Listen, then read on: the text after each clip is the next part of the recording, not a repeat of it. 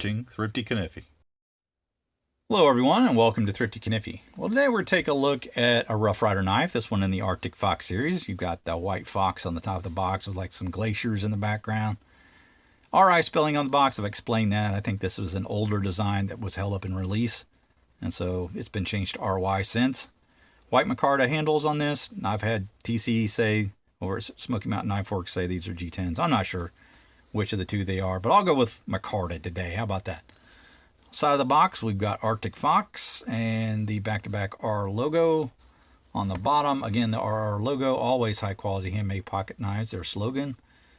And China is the country of origin. Cancer warning there on the side. We have the model number RR2309, belt-lined cutout for the box. That RI logo at the top, bag that the knife came in. Magnetic style close. So we have the Congress today we're going to be looking at. Again, the model number RR2309. It's 3 5/8 inches closed. Some of the features of the knife, again, the micarta handles. This side seems to have some layering on it. And then you get the black fox inlay there, fox head, which is really nice. On the back, not quite as consistent. A little more plain. I don't really see those rings in it. You'll see that on the front side, it's got the rings, almost like a tree, if you were to cut into the profile of a tree. You can see the layering there. Also got nickel silver bolsters, each with the slant and a thread, and then the pinch on the end. Really nicely done bolsters. I really like those. Again, nickel silver. Then we have brass pins, and I believe that inlay is the same material as the knife handle, so it's probably micarta or a G10 of some sort. That's really well done, very smooth. You don't feel it. Don't feel the pins, don't feel the stepping in the bolster or anything. Maybe just that thread, that's about the only thing you kind of feel. And smooth along the edges of the handle there, and along the top of the tangs and the pivot. That all feels really nice. No rough edges. On the bottom, you can see we've got brass liners and stainless springs. The fit is pretty good. I'm not really seeing anything major. Maybe just like a minor amount of gapping here at the bottom left. But that's really being picky. In fact, if I kind of turn it at an angle, I'm seeing now that it's more the shadow of the brass liner a little bit proud, and the spring a little recessed, and then it kind of smooths out in the middle, and then again you start to kind of feel a little bit of stepping where the spring is a little recessed. But I think in the open position of these blades will probably smooth itself out, which is fine, because in the open position is where you want it to be smooth for the most comfort when you're gripping the knife. But this is really well fit and finished, and I've just got to say, from all the Arctic Fox series knives that I've seen thus far, they've done a really nice job on the fit and finish of these. So I've been really happy with each of the knives that I've received. Now you can see down the top view we have 4 blades that clear, and I'm happy to say there's no blade rub on any of those. They all close really well, and that's not always easy to do when you have multi blades like that, especially from like a budget brand. But they've done a good job here. So this front blade is a secondary blade. Then you've got another secondary blade in the back, the coping blade, with the 2 main blades in the middle, which are each sheepsfoot blades. So we'll look at this front blade first. It's a little pin blade. Got a satin finish on it, match strike pull, a swedge there at the tip on the top. I'll kind of give you that profile of the blade. You can see how thick it is. And there's a look at that blade edge. Pretty well done. Nothing too crazy. It's maybe a little heavy towards the tang, but not bad.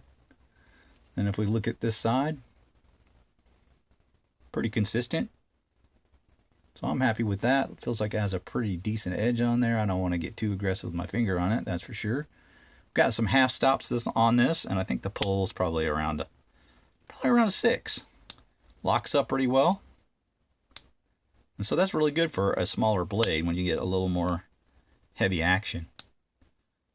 Oftentimes when you have smaller blades like this, you'll have less spring and then thusly a little less pull, but this feels really good. So let's take a measure of that. To the tang, we got 1 3/4 inches. And then we got a cutting edge just shy of 1 1/2, so we'll call that 1 3/8. But yeah, really happy with the action on that little blade. And again, locks up really well, really comfortable in the hand. Even with those other blades kind of poking out, they kind of rest between the knuckles a little bit. So you could probably use that as a carver or some sort of whittling. You could be done with that. And that's kind of what these knives were when they were made. Very prominent in the South, in the antebellum South. A very popular knife. Almost sold exclusively in the South when these were being made in the antebellum time period, you know, from like the 1800s to 1830s.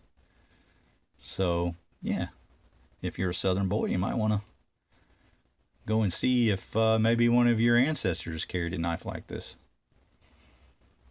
But yeah, definitely a popular pattern back in the day, used for cutting little plugs of tobacco, doing some whittling. So yeah, really cool.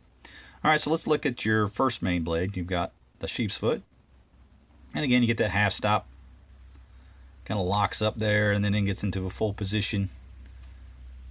That feels really good. I'd say again about a 6. These all seem to be about the same pull strength.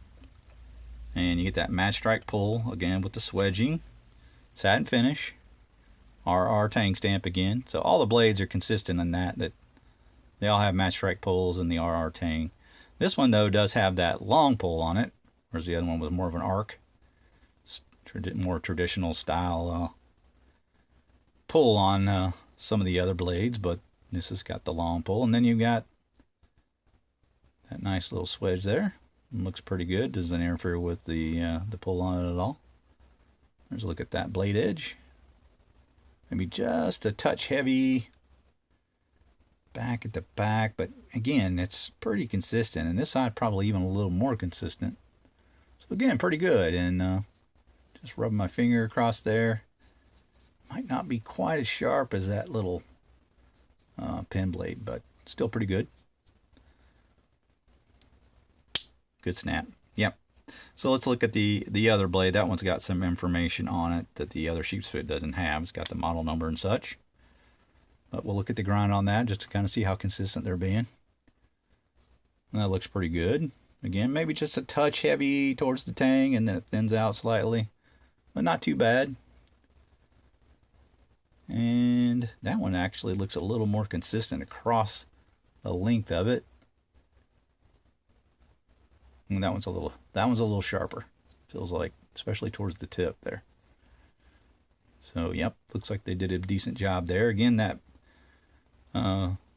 swedging on the blade. And we'll take a look at some of the etching. We've got a little information here. It says 440 razor sharp steel, so we know these are 440A stainless steel blades. And the model number there is RR2309 with China, the manufacturer, origin below it. Half stops again, good snap, really consistent across all the different blades. Feels like the pull, the half stops, the action is really consistent, about a 6 on all those blades. All right, so your final blade, the measure of that one's going to be the same as the first, so I'm not going to bother to measure that again. But we've got the coping blade.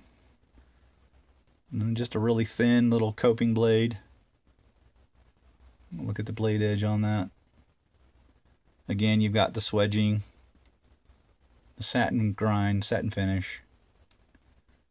There's a look at the front. A little arced pull on it with the match strike.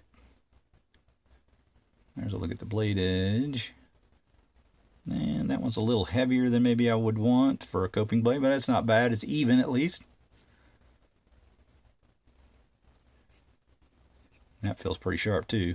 I don't want to get too aggressive with that one. Alright, so this coping blade measures to the tang about 1 5/8, and then you've got a cutting edge right about 1 1/4 inches.